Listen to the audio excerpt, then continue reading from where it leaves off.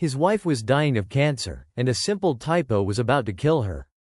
As her insurance agent, I was told there was nothing I could do. The system was designed to let them fall through the cracks, bouncing them between departments while precious time ticked away. They were crying themselves to sleep, terrified their partner wouldn't be alive next month. But they didn't know one thing about me. I was about to break every rule they had to save a life. And my bosses were going to hate me for it. I've been working in the soul-crushing industry of health insurance for a few years, and trust me, it's every bit as terrible as you've heard. Everything is walled off, compartmentalized. No one wants to take ownership. No one wants to actually help. The biggest problem in my department is that we only handle employer-sponsored insurance. This means your job offers you a few choices, say, Aetna, Blue Cross, or Cigna. You pick one, they deduct the money from your paycheck, and they manage the account for you. It sounds convenient, right? Let the professionals handle the paperwork. But here's the catch. A lot of those professionals don't care about you. They don't care that you've been in agonizing pain for months. They just know that when it's their turn to take your call, there's another department they can transfer you to, because they don't want to hear you cry.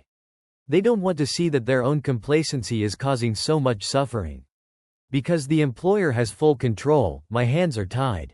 Imagine calling your insurance company and hearing, "I know you have coverage with us, but I can't switch you to a family plan. You have to call your HR for that." It sounds insane, I know. You'd think the employer and the insurance company could just talk to each other. But they don't. Or maybe you've left your job. You need a letter showing your old insurance is no longer active so you can get new coverage. You can't enroll anywhere else without it. But we'd have to tell you, sorry, our records show you're still active. We can't send a termination letter until the employer tells us you're terminated. It's pure madness. Now, here's where it gets even crazier. There was one specific employer we dealt with that had taken total, absolute control of their employees' enrollment. We were not allowed to touch anything.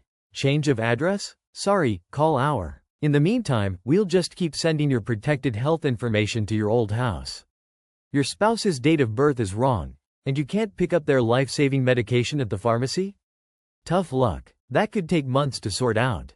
The system completely locked us out. We couldn't change the information even if we wanted to. And this particular employer was notorious. They were infamous for delaying service, for impossibly long hold times, for just completely stonewalling their own employees. They'd say, "There's nothing we can do. You have to call your health insurance, everything looks good on our end."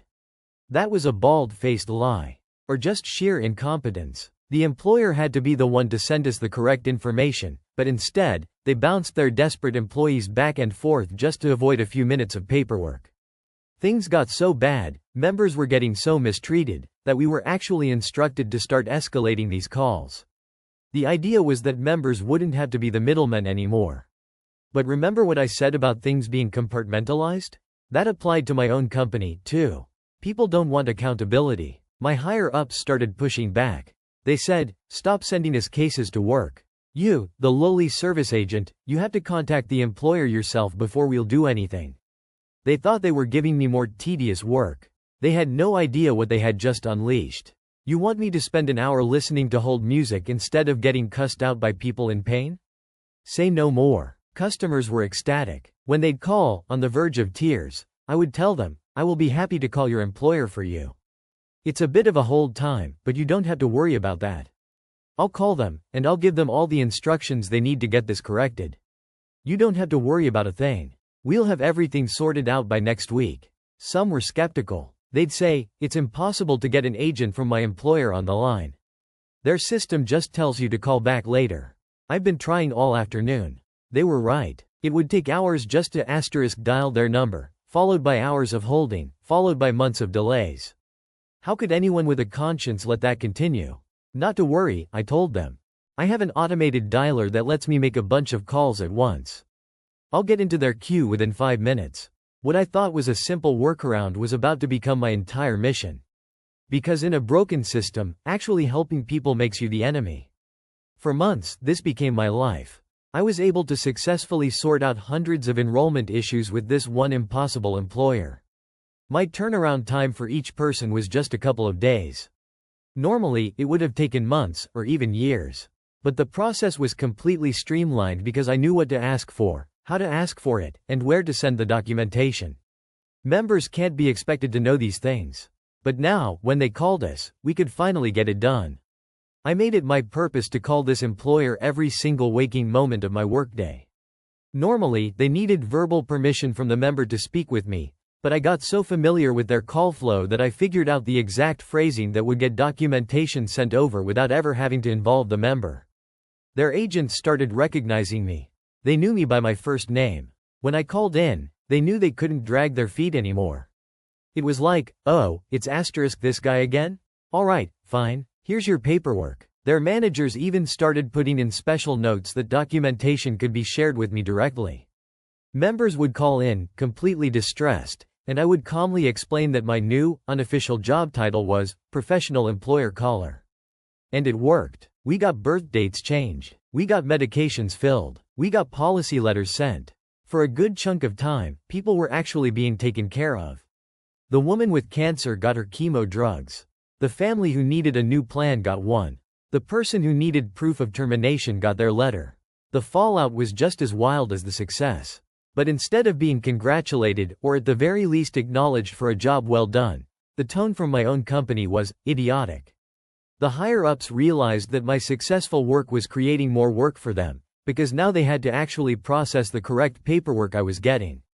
They called me in. We don't want you calling this company anymore. That's not the right move. You have to stop. Immediately. I was stunned. Sorry, I said. I forgot I'm just a paper pusher. What do you want me to say when a member calls because their spouse is dying of cancer and we can't get their date of birth changed? The response was cold, clinical. Tell them to call their hour. You can transfer them in, but you can't dial for them, and you can't speak to an agent for them. Got it. So, I have to throw them back into the deep end. And here I thought I was doing something useful. My bad. It won't happen again. Spoiler alert. It did happen again. And my higher-ups got really, really mad. Luckily for me, this time it was a different manager who instructed me to call the employer for a particularly desperate case. I even asked her, "Are you sure I'm allowed to do this?" She said yes, and better yet, she sent me that instruction in writing. Because of that email, I didn't get in trouble. And once again, for a short, beautiful time, people were able to get coverage with zero hiccups.